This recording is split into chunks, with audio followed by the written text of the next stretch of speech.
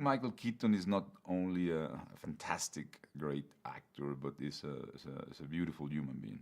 I think that he had the braveness and the boldness to really got naked physically, spiritually, intellectually, and have fun, and laugh as all of us of ourselves. And he's such a self-assurance human being that he could really play with this material and navigate through drama and comedy in a way that I have never seen or experienced. So it was an extraordinary experience working with Michael.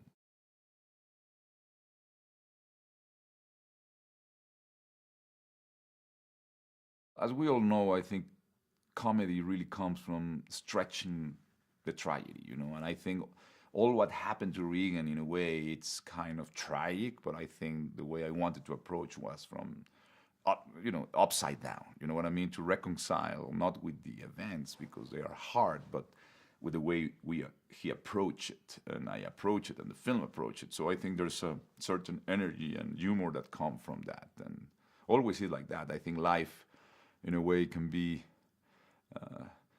tragically lived or comically lived, depending how you approach the same event.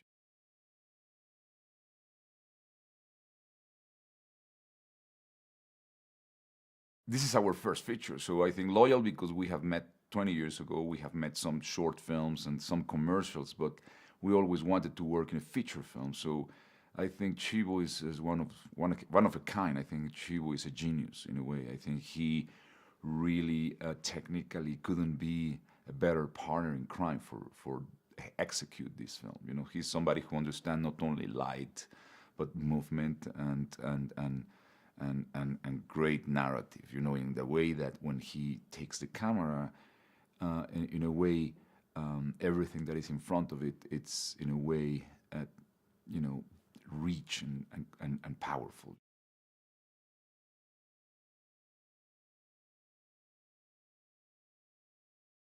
I don't think that is innovation, but I will say that it's a lot of secrets that we put in that hopefully people will never be. But I think it's a kind of a magic trick that the film has, I hope, a special way to be perceived by by a linear narrative, by a continuous shot, which I hope that my hope was to really get audiences in the point of view of the character and really live through his points of view and his mind and put the audience in his shoes with a continuous flow of emotion and not being able to get out. So I mean, like really to get into the desperate flow that he's going through in those walls, in these corridors, in these dressing rooms, and not being able. I want the people to really feel that, because at the end, our life it's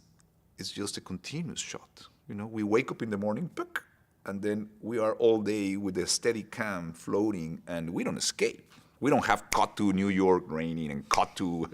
No, we are trapped in our own reality.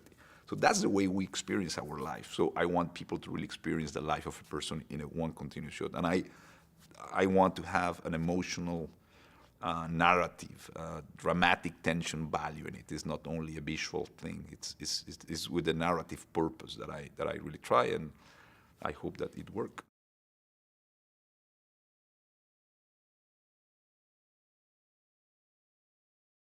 I saw him as a Don Quixote de la Mancha, like dreaming with great adventures and just being hit again by this reality that confront us with limitations. And I think Regan Thompson, the character, embarked himself in a journey of validation.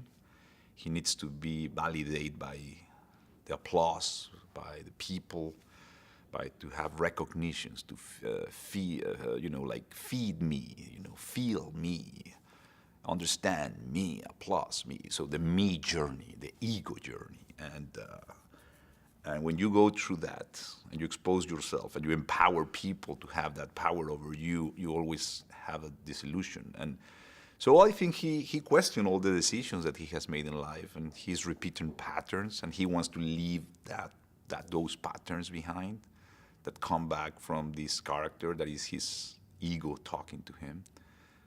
And so I think that's the journey that he embarked himself. And there's something tragic and something funny and something very real and something very surreal about it.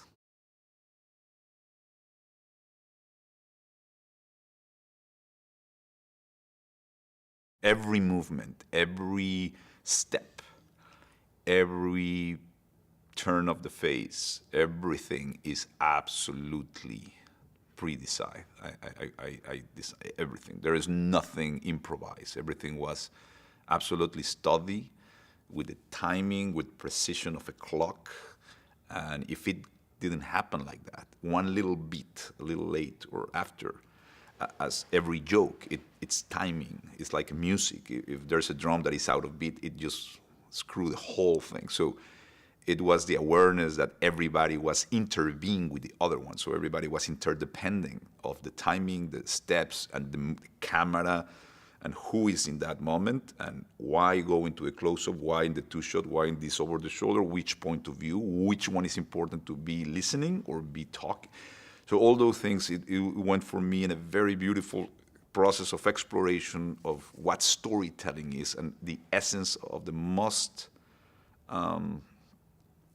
For me, it was a great exercise as a director, because sometimes when you cover things in a more conventional way, you do that homework a little later. You do kind of a homework before, but then later you do much more polish of things in the editing.